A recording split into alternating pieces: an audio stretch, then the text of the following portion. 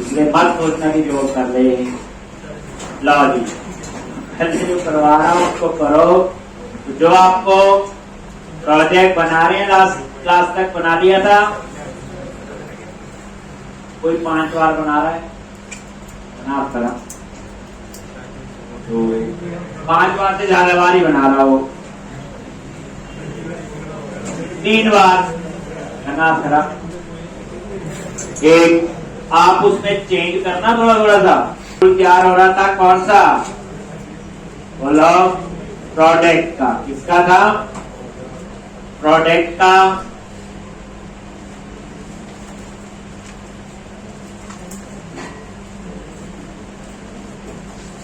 तो आपको उसमें इमेजेस के साथ काम करना आया थोड़ा सा। इमेज कैसे सेव होती है, 2 चीजों का ध्यान रखना है। 2 जगह सेव होगी, डाटाबेस में पाथ और डब्ल्यू रूट के अंदर फिजिकली कैसे सेव होती। और जब हम अपडेट करते हैं तो पुरानी इमेज अगर है तो उसको हम कहां से डिलीट करते हैं और नई इमेज वहां पे डालते हैं। एक पूरा ये कंसेप्ट आपने समझना होता है। और मेरे ख्याल से ये कोड तो आपका हो गया था। हम लोग डिलीट का कोड लिख रहे थे। कौन सा कोड, डिलीट। एक बार ये नजर मारो,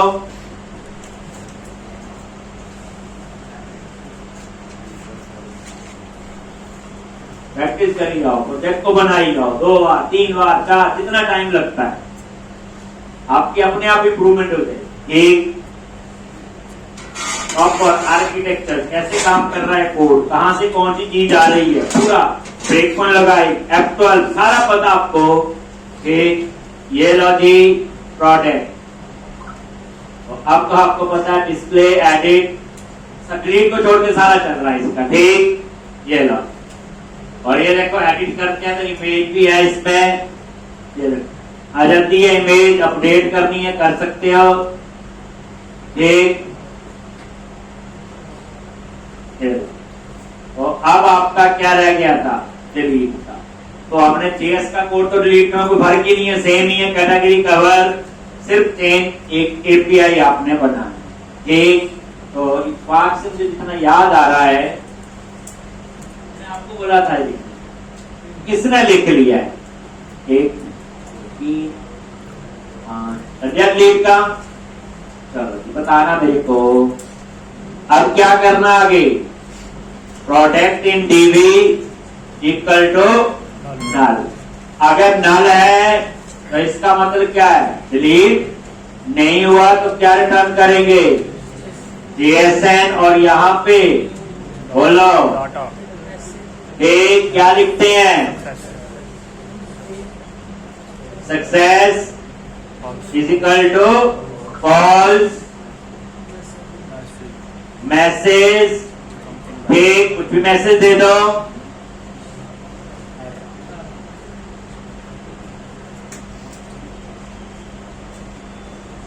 एक एरर वाइड रीडिंग डेटा या डिलीट डेटा जो लिखना है, टेक्स्ट मैसेज दे दो। अगर ये नल क्या होना चाहिए, डिलीट होना चाहिए। तो डिलीट के लिए क्या लिखोगे, अभी आप रुक जाओगे। इसके बाद जो हम लिखते थे डिलीट के लिए, पहले वो लिख लेते हैं। अभी आप ना लिखना नीचे वाला कोड, तो मैं लिखने जा रहा हूं, ठीक। क्या लिखते थे डिलीट के लिए, underscore unit work dot product dot बोलो डॉट रिमूव किसको, प्रोडक्ट इन डीबी। और यहां पे unit of work dot save, अभी ये लिखना नहीं है। और सेम यहां पे एक रिटर्न क्या आएगा, ट्रू।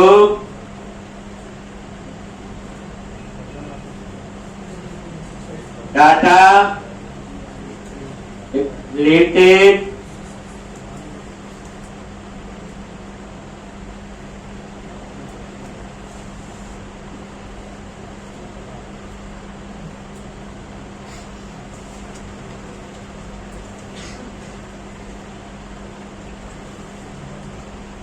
ये पता क्या करेगा, डिलीट तो कर देगा बट टेबल। लेकिन जब उसको डिलीट करेगा यहां पे किसी को, तो वो इमेज यहां भी है www रूट के अंदर, ये इमेजेस फोल्डर बनाया था और इसके अंदर भी यहां से डिलीट होनी चाहिए, दो जगह से। कैसे आपका, तो यहां पे डाटाबेस से डिलीट करने का परफेक्ट कोड है, तो इससे पहले आप यहां पे इसको बोलो इमेज डिलीट, एक यहां से वो भी लिखना पड़ेगा, यहां लिख लो या सेव से पहले, वो आपकी मर्जी है। ठीक, तो क्या कोड है हमने यहां लिखा हो, इमेज को डिलीट करने का, यही कोड है ना इतना सा, देखो पर। ठीक, अब इस कोड में आपको क्या क्या चाहिए, यही है डिलीट का, इमेज का यूआरएल चाहिए, डाटाबेस से आ ही जाएगा। ठीक, और यहां पे वेब रूट पाथ भी चाहिए, ठीक, यूज हो रहा है यहां पे। ठीक, तो क्या करोगे, यहां पे ये देखो, ये कोड मैंने लिखा था, यही है ना, इमेज को डिलीट करने का। और यहां पे अभी रुक जाना पूरा, ये तो चाहिए, बट इसमें यहां पे कुछ चेंज होगा। क्या चेंज होगा बोलो, ये देखो रिक्वायरमेंट के हिसाब से क्या आ जाएगा, protecting dB dot image URL, और यहां पे भी वही आएगा। ये लो, यहां तक ठीक हो गया। ठीक, अब ये कहां से आएगा, क्योंकि आगे का पाथ तो इसके पास ही है, बाकी तो ठीक है, तो इसका पाथ कहां से आएगा बोलो, ये वाली लाइन आपको वहां की डिक्लेयर करनी है। ठीक, ये सेम लाइन, ये क्योंकि उसका स्कोप ये अलग मेथड है, वो अलग। तो आप क्या करो, डिलीट का कोड यहीं लिखा है तो यहीं डिक्लेयर कर दो, ये लो जी। तो अभी आप एक बार टेस्ट कर लो, मुझे भी पता चलेगा, फिर उसके बाद आपने ये लिखना है। डिलीट का मैंने समझाया हुआ, फाइल को डिलीट कैसे करना है, तो आपने प्रोटेक्ट मॉड्यूल में भी कई चीजें सीखी हैं। ठीक, आप यहां पे ब्रेक पॉइंट लगाओ, ठीक, और यहां पे ये कोड अब टेस्ट करते हैं, फिर आप लिखना ये डिलीट, बस यही लिखना बीच में, बाकी तो पता ही था मुझे। ठीक, डिलीट हो रहा है कि नहीं। ठीक,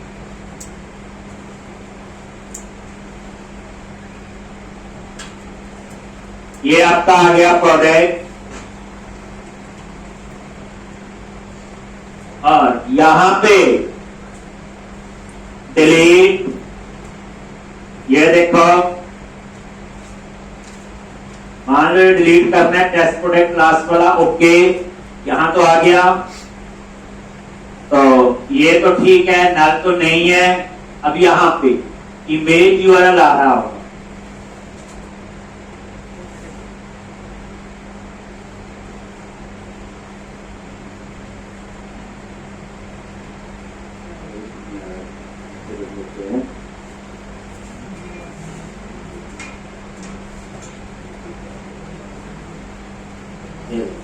आ गया। तो ये आपका वो image slash product slash image का नाम डाटाबेस से आ गया, जिसको डिलीट करना है। और डब्ल्यू रूट में तो पता ही है, आगे का पाथ आ जाता है, बताया हो पूरा, ताकि हमें सी या डी ड्राइव ना लिखनी पड़े। और इमेज पाथ में क्या हुआ कि कंबाइन करके आ गया पूरा पाथ, ये देखो डी ड्राइव, ये वो सारा पाथ आ गया।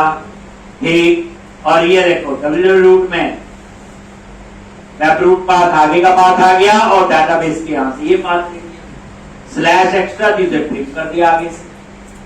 अब उसके बाद ये पाथ एग्जिस्ट करता है, ये इसके अंदर गया और इस फाइल को इसने डिलीट, तो वहां टोटल 3 थी, अब ये 2 रह गए। पहले कितना रह गया ना, 2 3 थे ना रिकॉर्ड, 3 इमेजेस थी, अब 2 रह गई। ये कोड तो आपका चल गया F10, और उसके बाद ये तो क्या करेगा, टेबल से रिमूव करेगा, सेव और डाटा वो तो आपको नॉर्मल हो गया। अब आप ये लिख लो,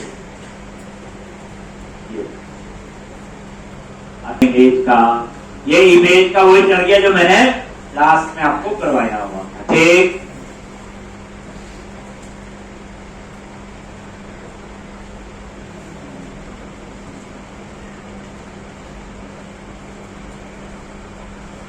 तो मेरे को लगता है कि प्रोडक्ट मॉड्यूल का सारा काम हो गया, टाइम लगा इस मॉड्यूल को बनाने में, ठीक। पर ये तो मेन है, शॉपिंग तो इसी की होगी। अब हम आगे बढ़े, ठीक। अब हमारा फ्लो में चेंज होगा यूजर्स वगैरह। तो मैंने शुरू में बताया था इस प्रोजेक्ट में 4 टाइप के यूजर का प्रोविजन। एक तो नॉर्मली जो शॉपिंग करने वाले इंडिविजुअल यूजर्स, हम और आप नॉर्मल किसी वेबसाइट। दूसरा होगा एडमिन, ठीक, जो इस पूरी एप्लीकेशन को मैनेज करेगा, कैटेगरी लगाएगा, कवर, प्रोडक्ट हम तो डालेंगे, हम तो खरीदने वाले हैं, तो ये हो गया। तीसरा है एक इसमें हमने रखना प्रोविजन कंपनी का, कंपनी यूजर। जैसे मान लो एक कंपनी है, कोई इकट्ठी बुक्स खरीदना चाहती है, 100 200, तो इंडिविजुअल थोड़ी खरीदेगा, और मैं आपको पढ़ने के लिए एक बुक खरीदेंगे हो गया करती है बंदे, ये कंपनी खरीद सकती है, तभी तो मैं प्राइस 50 दिया है ना वहां पे, एक। तो एक और बनाएंगे कंपनी का यूजर, ठीक। और चौथा एक एम्प्लॉय यूजर, जैसे मैं एडमिन हूं मान लो, ठीक। अब सारा काम एडमिन एक बंदा थोड़ी करेगा, अब उसने बोला कि डाटा एंट्री तो और कर दे कोई, तो उसने क्या किया, एडमिन ने अपने पास 5-6 एम्प्लॉई, वो हो गए एम्प्लॉय यूजर, कि आप ना कैटेगरी ऐड कर दो, आप प्रोडक्ट ऐड कर दो, ठीक। एडमिन पर्सन ही है, एक कोई एम्प्लॉय यूजर हो, यानी एम्प्लॉय क्या है, एडमिन ही है। एम्प्लॉय क्या है, किससे, एडमिन का ही एम्प्लॉय है, एक ही इंसान। तो अब हमारा आगे, अभी तक आपके प्रोजेक्ट में क्या हुआ, प्रोडक्ट मॉड्यूल बन गया कि जिस तो ई कॉमर्स सिस्टम है तैयार हो। अब उसके बाद आपका होगा कंपनी बनाएंगे। अब कंपनी कौन ऐड करेगा, क्वेश्चन ये है। कंपनी जो ऐड करेगा वो हमारा ही एम्प्लॉय यूजर होगा, ये एडमिन हो सकता है। तो कंपनी ऐसा नहीं, तो रिक्वायरमेंट है ऐसा, इसमें कोई गुस्से वाली बात ऐसे होना चाहिए। जो मेरे पास रिक्वायरमेंट है, जिस हिसाब से हमने सोचा था कि कंपनी ऐसे नहीं आएगी, सीधी रजिस्टर कर देगी। कंपनी को ज्यादा तो करेगी नहीं शॉपिंग आगे, कंपनी कितनी होगी, ऐसे नहीं रोज नहीं होगी, यूजर तो कितने हैं, वो तो करते रहे, उनके लिए कोई रोक नहीं। तो हम लोग अमेजॉन, ईबे पे, फ्लिपकार्ट पे करते हैं, वो चलती रहेगी, ठीक। लेकिन जो कंपनी की है, कंपनी को जो रजिस्टर करना है, कंपनी अपनी डिटेल भेजेगी, वो डिटेल वेरीफाई होगी कंपनी एग्जिस्ट करती है कि नहीं, फिर उस कंपनी को हम यहाँ पे ऐड करेंगे और उसका एक यूजर पासवर्ड कौन करेगा, तो आप उसमें अमेजॉन वगैरह पे अलग अलग कंपनी होती हैं, एक आप उनका सिनेरियो देखो, कल को अमेजॉन से कोई प्रॉब्लम हो कोई प्रोडक्ट की, अमेजॉन रिस्पॉन्सिबल होता है उसके लिए। तो ये भी हम चाहते हैं कि जो कंपनी आए अपने आप में रजिस्टर करे और ऑर्डर दे दे, पैसे दे ना, वो जो कंपनी ऑर्डर कैसे देगी, कंपनी बोलेगी बल्क में मुझे ये 500 बुक्स चाहिए। अब 500 बुक की पेमेंट कार्ड से तो होनी से रही, और इतनी बड़ी पेमेंट एकदम से उस समय कोई देते हैं, नॉर्मल 200-500 रुपया बुक तो हम ले लेते हैं। अगर किसी का मान लो 10 लाख 20 लाख है तो उस केस में उन्होंने कंपनी के साथ जो है थोड़ा उधार होता है कि कंपनी के साथ एक बार वो कंपनी रजिस्टर होगी, वेरीफाई होगी, फिर उसको कंपनी क्या करेगी, आज ऑर्डर दिया कंपनी ने, कंपनी को बोला जी 1 महीने के अंदर पैसे देने होता है ठीक। आप उसके बाद ऑर्डर डिलीवर होगा, उसमें थोड़ी सी जैसे कहते हैं ना कैसी चेंज होंगी। सोचो कि कंपनी भी शॉपिंग कर सकती है, एक यूजर भी कर सकती है। यूजर की कहानी तो पता ही है, कंपनी कितनी बना दी और कितने नॉर्मल यूजर और एडमिन तो चलता ही है। एम्प्लॉय और कंपनी हमने जान के ऐड किया है, कल को कोई और रिक्वायरमेंट हो तो हम एक और टाइप का यूजर कर सकते हैं, हमारे हाथ में नहीं होता, ये रिक्वायरमेंट होती है। ठीक, चलो लिख लिया सबने ये। तो अब हम लोगों ने क्या करना है, इतना काम तो आपका हो गया प्रोडक्ट बनने का। अब आपकी कंपनी बनेगी,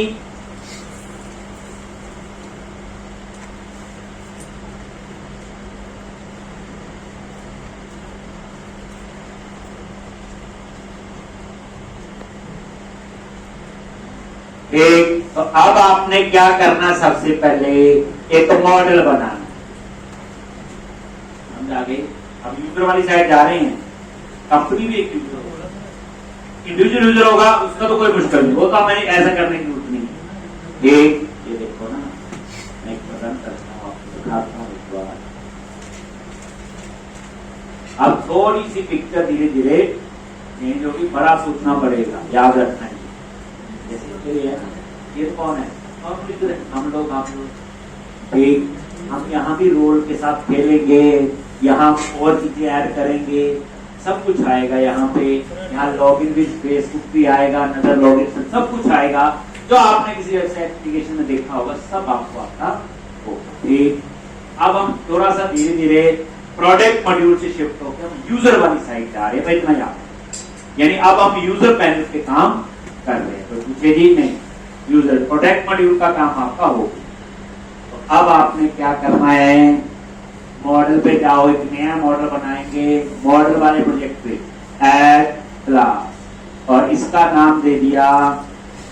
अब आपको पता है कंपनी मॉडल बनेगा, माइग्रेशन करके फिर इसकी रिपोजिटरी बनेगी, तो सारा काम जाम करना ही पड़ेगा। कंपनी डॉट, तो ये कंपनी, और यहाँ पे इसको क्या कर दिया, पब्लिक, ये ऊपर नेम स्पेस आ जाता है, कहाँ बन रहा है ये, और इसमें क्या क्या चीजें होंगी। मैंने ये कॉलम, ये कम ज्यादा हो सकती है, तो मैंने ले लिया ऐसे, आप रिक्वायर्ड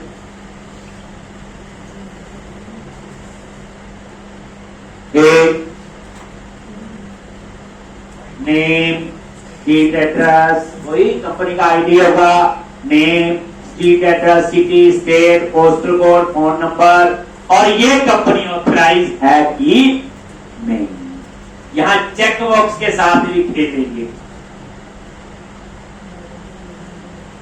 कितना वाला प्रोजेक्ट बना लो, टेक्स्ट बॉक्स लगाना आना चाहिए, एक ड्रॉप डाउन लिस्ट आना चाहिए, एक चेक बॉक्स, एक रेडियो बटन, और थोड़ा बहुत ये टेक्स्ट एरिया। आप जितना मर्जी बड़ा प्रोजेक्ट करो, ये 5 ही कंट्रोल के यूज उतने हमें वो यूज आने चाहिए। अब इसमें मैंने चेक किया, इज ऑथराइज कंपनी क्या, कंपनी ठीक का ऑथराइज है कि नहीं। लो, अब नेक्स्ट स्टेप से इसका पता होगा, क्या करेंगे, एप्लीकेशन डीबी कॉन्टेक्स्ट में इसको ऐड करेंगे, फिर ऐड माइग्रेशन अपडेट डेटाबेस, काम हो गया। फिर उसके बाद क्या करेंगे, फिर भी सेव अपडेट लिखेंगे, क्योंकि कैटेगरी रिपोजिटरी जा रहा है, हमें तो सिंपल एक आई कंपनी रिपोजिटरी बनानी है, कंपनी रिपोजिटरी एक, और इसके बाद यूनिट वर्क में ऐड करेंगे, और उसके बाद कंट्रोलर बनाएंगे, कंपनी कंट्रोलर, और ये कंपनी ऐड कौन करेगा अभी डिसाइड किया, एडमिनिस्ट्रेटर का ही पार्ट होगा। ठीक, तो इसलिए इसको भी हम कहाँ बनाएंगे, एडमिन एरिया के अंदर बनाएंगे। लेकिन मेन्यू में मैं लिख कर चेंज कर दूंगा। कंटेंट मैनेजमेंट में 3 चीजें ऐड की हैं, कैटेगरी, कवर और प्रोडक्ट। वो कंपनी और यूजर को मैं ला कर दूंगा। एक और मेन्यू बनाएंगे, ब्रेक। निकलिए नहीं?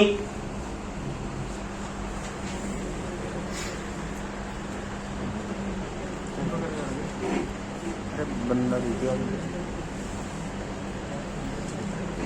ऊपर रखिए, फ्रेम ऊपर रखिए, टॉप कॉर्नर पे फ्रेम रखिए,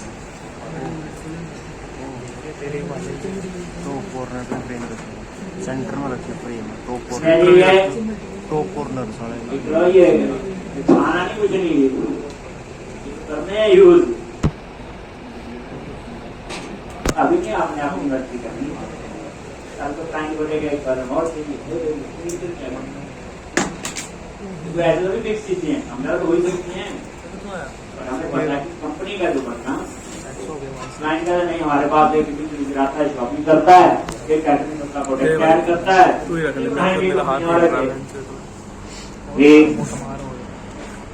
डिस्प्ले होगा, वहां लिखा होगा ऐसे। ऐसे ही पोस्टल कोड है, ये देखो यहाँ तो ये है, बट डिस्प्ले में क्या है, एक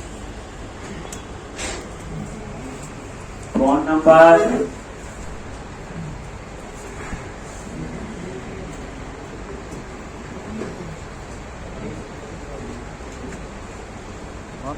प्रोडक्ट मॉड्यूल तक ढंग से बनाएं पूरा संडे कोड को, और प्रोडक्ट में 5-7 प्रोडक्ट ऐड करें, इमेज ऐड करें, अपडेट करें, थोड़ा बहुत कर देना। पूरा टेस्ट बनाया है, गलती दिखा रहा हूँ, मुझे बोलो कि हम ऐसे खर्च नहीं चला, ऐड करेंगे कि मेरे से भी ले सकता है, आप करो तो ठीक है।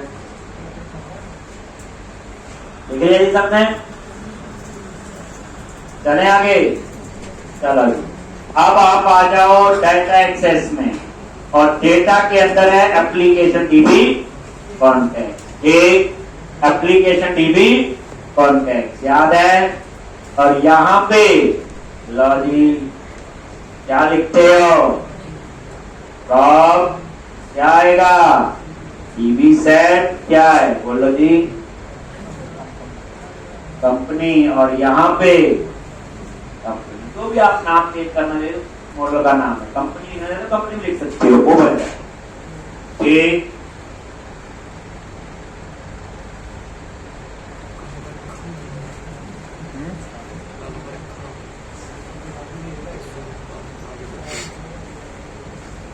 अब क्या करना,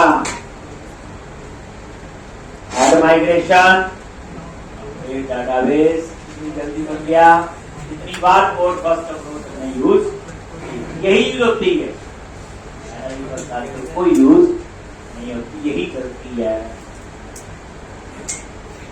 अब यहाँ पे क्या है, टूल्स, पैकेज मैनेजर, कंसोल, पर एक चीज ध्यान रखनी, डेटाबेस वाला प्रोजेक्ट, डेटा एक्सेस वाला प्रोजेक्ट आपने चूज कर लिया।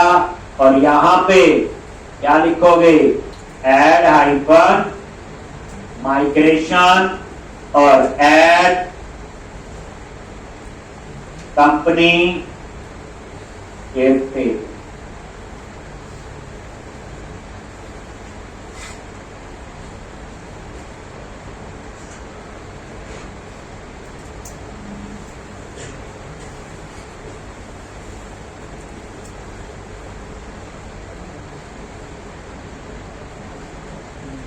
ऐड कंपनी टेबल, ठीक।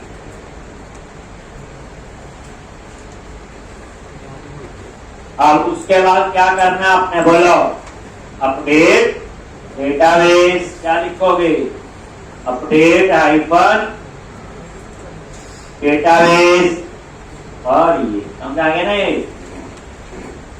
जानना आ गया, आप तो पता ही है, बन ही गया होगा, क्यों देखना, बड़े दिन हो गए। लो आपका ये काम हो गया। अब हम चलते हैं रिपॉजिटरी, तो रिपॉजिटरी में गए, आई, और यहां पे बना लो रिपॉजिटरी। कैसे बनाओगे, आई रिपॉजिटरी फोल्डर पे राइट क्लिक करो, ऐड प्लस इंटरफेस, और यहां पे नाम दे दो आई बोलो, कंपनी रिपोजिटरी एक बन गई जी। और ये क्या बन गया आपका, बोलो इंटरफेस। और यहां पे आई रिपोजिटरी किसके लिए, कंपनी के लिए। तो यहां पे ये देखो ये आ गया। और इसमें एक मेथड क्या, अपडेट और कंपनी पास कर दिया। एक सेव कैटेगरी में हमने ऐसे बनाया।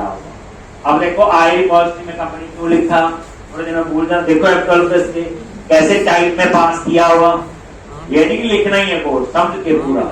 अब उसके बाद हम बनाएंगे क्या, कंपनी रिपोजिटरी। देखो कितनी जल्दी सेव, अब कितना टाइम लग रहा है, ये तो फायदा है इसका जेनरिक रिपोजिटरी का। ठीक,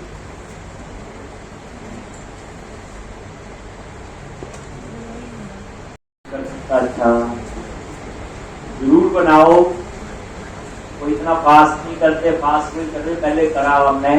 अदरवाइज प्रोजेक्ट में भी हमने इस तरह का आर्किटेक्चर फॉलो किया कि आपको काम करने में तंगी आएगी नहीं। ऐड क्लास और यहाँ पे क्या नाम है, कंपनी रिपोजिटरी दिया जी। और यहाँ पे पब्लिक और यहाँ पे किसको, बोलो रिपोजिटरी और कंपनी।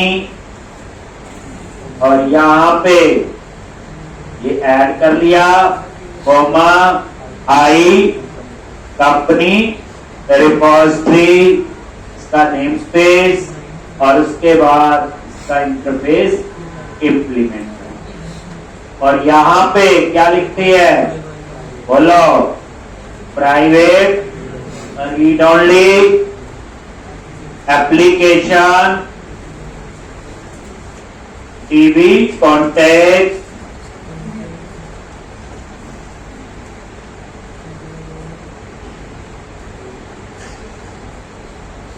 और यहां पे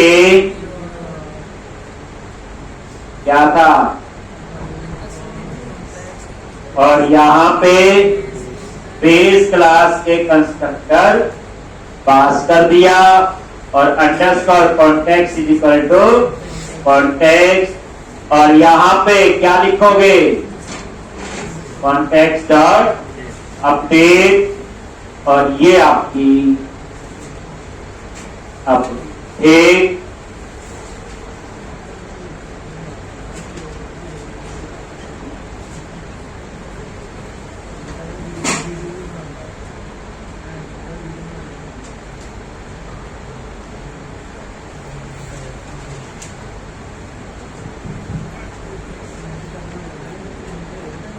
आ गया जी।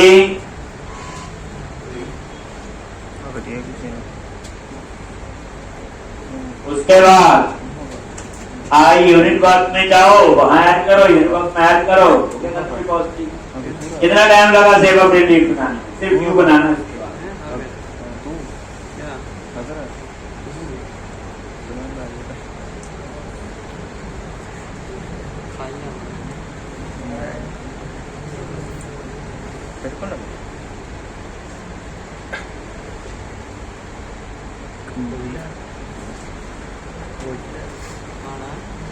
होता होगा और ऐसी पुरानी होगी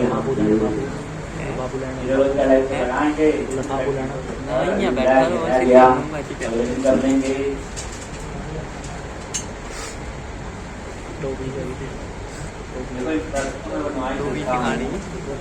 आपकी पुरानी आज भी जाना कर जाएंगे, वो गलती करती है आपके आगे करता है। चलो जी, अरे आगे चलो जी। अब हम चलते हैं कहाँ, आई यूनिट ऑफ वर्क। और ये क्या लिखेंगे, आई कंपनी रिपोजिटरी।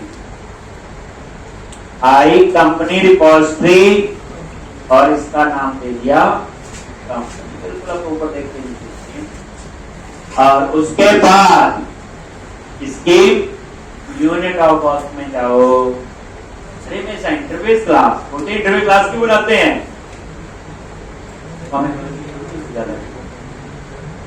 क्यों बनाते हैं? क्लास ही बना लो, इतना झंझट कर रहे हैं, इंटरफेस बनाते हैं, क्लास क्यों बनाते हैं? आप बोलोगे हमने इसके ऊपर पीआई इंप्लीमेंट करना है, डिपेंडेंसी इंजेक्शन। पीआई की थ्योरी आप भी पढ़ना ना गूगल से। एक मैंने पढ़ाई, मैं तो प्रैक्टिकल करवाया, सारा बताया। एक आप और अच्छे ढंग से डीआई के और क्या फायदे हैं बताया हो, बट पढ़ो। डिपेंडेंसी इंजेक्शन आपने देखा नहीं, हम आई यूनिट वर्क यूज करते हैं, हमेशा यूनिट वर्क नहीं यूज करते। एक हम कभी ऑब्जेक्ट नहीं बनाते।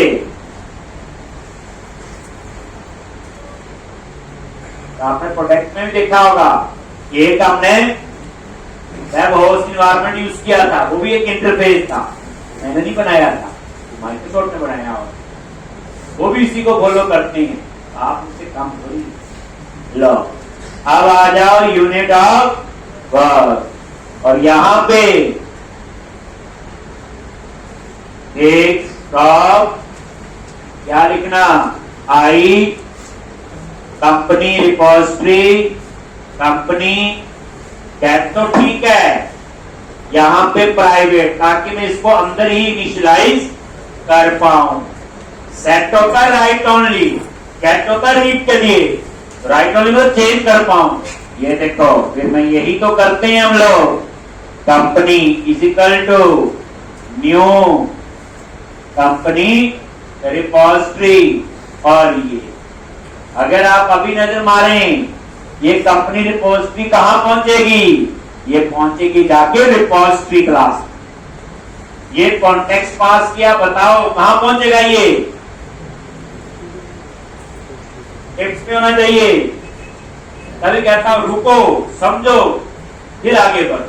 कोड लिखना नहीं है, क्लाइंट की रिक्वायरमेंट लागू होगी तो फिर ये देखो, ये कंपनी रिपोजिटरी, F12 प्रेस करो आगे, और ये देखो कॉन्टेक्स्ट चाहिए है यहाँ, और यही कॉन्टेक्स्ट यहां पास हुआ। अब इस बेस पे F12 प्रेस करो, ये लो जी कहां पहुंचा? आई सॉरी रिपोजिटरी क्लास के कंस्ट्रक्टर में। कहां से पहुंचाइए? यूनिट ऑफ वर्क से रिपोजिटरी क्लास। अब देखो बनाई थी हमने, बनाई है, लो तो ये हो गया। अब क्या करें? कंट्रोलर बनाती हैं, कंट्रोलर करते बार जिसको सारा लिख लिया। एक इतनी जल्दी सारा लॉजिक तैयार हो गया, कंपनी का सेव अपडेट ली।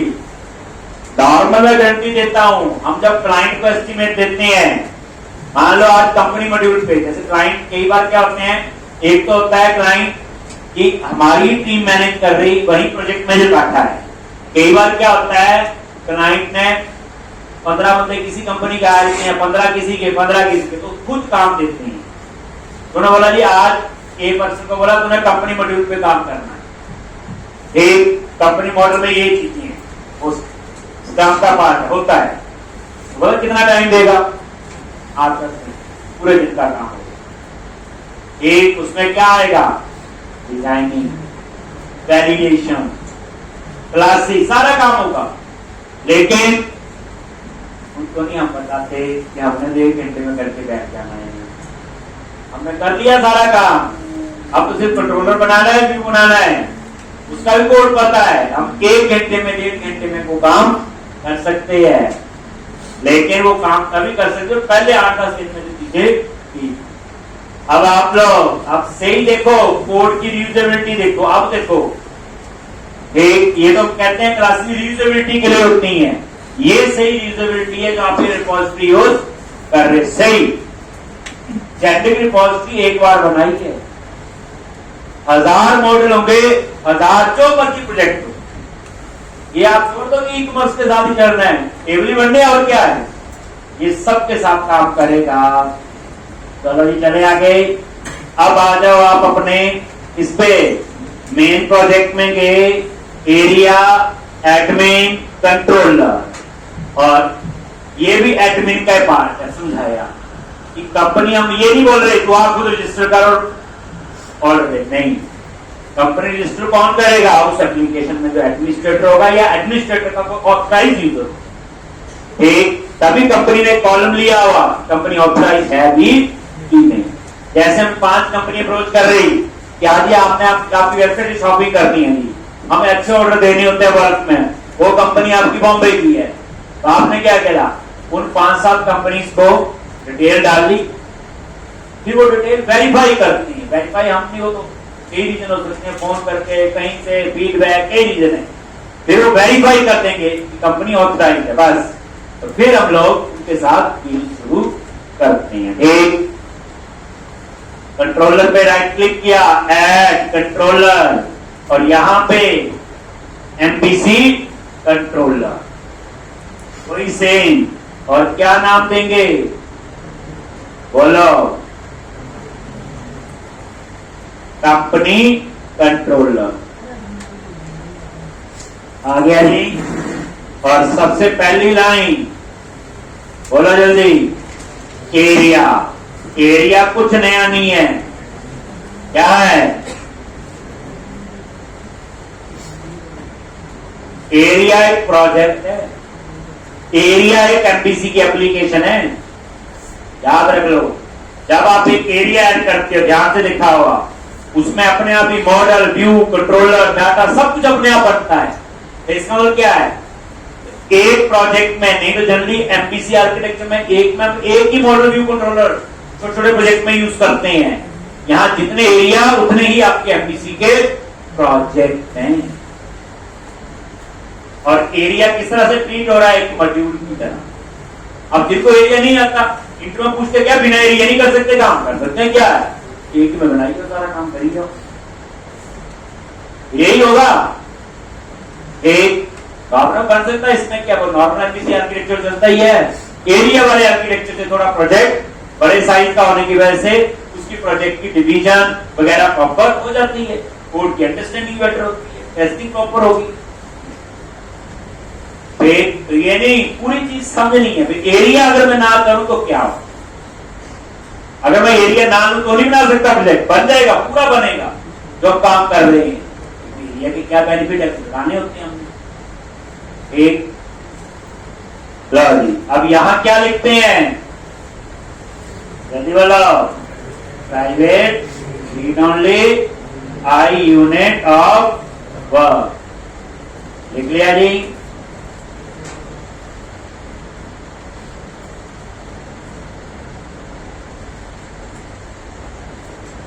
आ गया यहां पे, फिर इंटीरियर,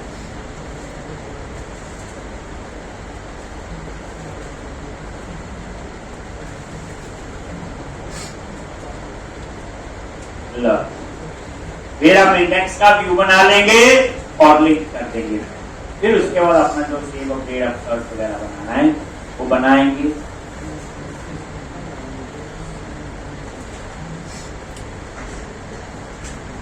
इंडेक्स पे राइट क्लिक किया, ऐड व्यू, रेजर व्यू, और वो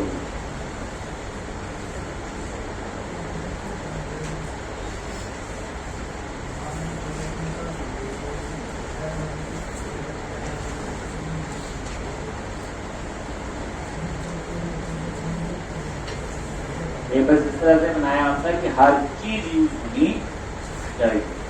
एक चीजें मैंने स्टोर भी यूज करवाई, एक में करवा दिया ना सारा, वो भी जनरल जब जरूरत होगी सारा ही बना देंगे। इसमें क्या है, एक चीज हम सारी करते हैं, यानी जितना चाहिए होता प्रोजेक्ट में उससे हम ज्यादा ही कोशिश करते हैं। इंडेक्स पेज बन गया जी।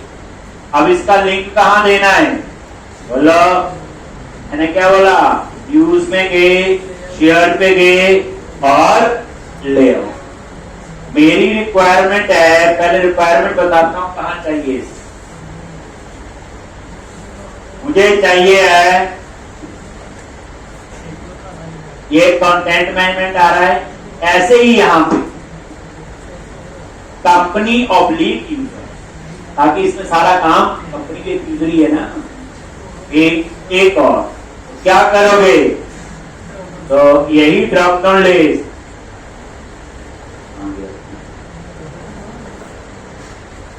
यही है ना कंटेंट वाला, यही है ना एलाइ टैग।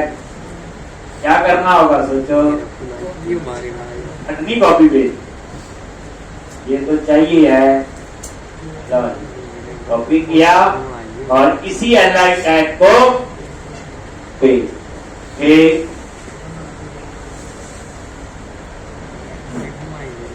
आ गया। क्या चेंज करेंगे, यहां पे क्या आएगा,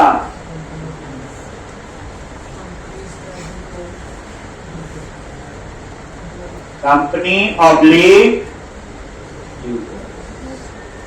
ले रहा है, कंपनी ऑब्लिक यूजर्स, ये देखो एक और यहां पे बन जाएगा,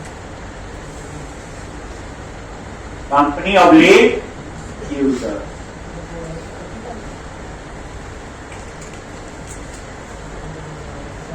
ये लो आ गया। अब ये हटा दोगे, यहां बनेगा पहला कंपनी, एक तो ये आ गया कंपनी ऑब्लिक यूजर, समझ आ गया। और उसके बाद ये हमें इतनों की जरूरत नहीं है, एक हमें अभी सिर्फ एक ही चाहिए, एरिया एडमिन, ठीक है। कंट्रोलर का नेम क्या होगा,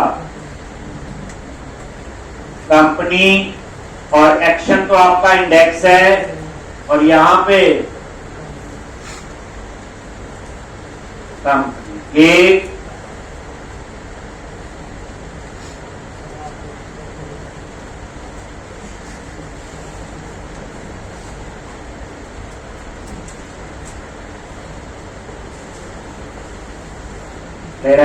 ये देखो, और ये अब रिफ्रेश करो तो यहां पे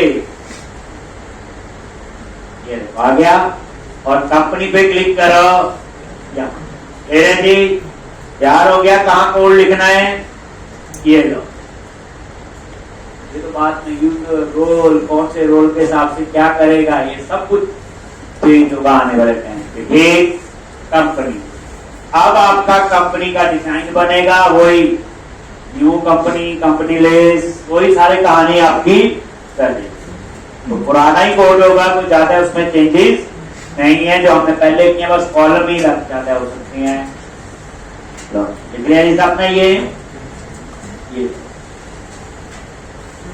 एक। अब हम लोग पहले बनाएंगे उसका डिजाइन, तो इंडेक्स पे आ जाओ, और यहां ठीक, अब इस डिजाइन में क्या है,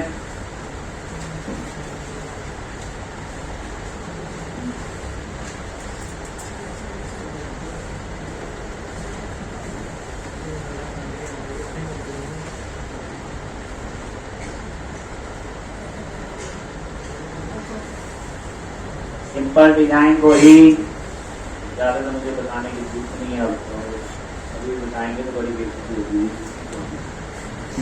एक समझ आ गया होगा, company list, create new company, और ये देखो इससे पहले 3-4 बार तो हम लोग इसको यहाँ पे लिख चुके हैं, आ गया ना कंपनी लिस्ट और क्रिएट न्यू कंपनी। एक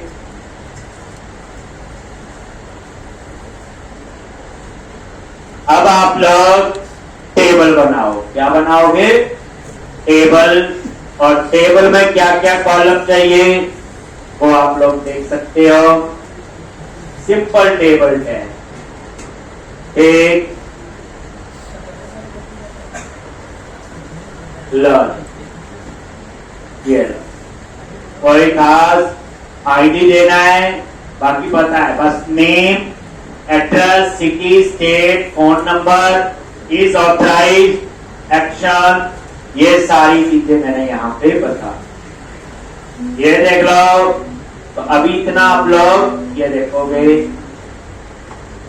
किया मेरा जी, तो ये लिख लो आप लोग, पुराना ही कोड है, कुछ नया कोड नहीं, ठीक। सिर्फ अगर मैं लिखना हो आप यहाँ पे, मैं पता क्या लिखूं, ये तो क्या क्या लिए मैं वो सेम देनी पड़ेगी ना आपको भी। बाकी चीजों में तो कुछ भी नहीं, नेम लिया, address, city, state, phone number, is authorize और एक्शन, क्योंकि ये तो हमें सेम रखना पड़ेगा, तभी आप करोगे ना साथ साथ। बाकी चीजें तो कोई फर्क नहीं, कोई create new company, company list, वही फॉन्ट में सर वही सारा एक।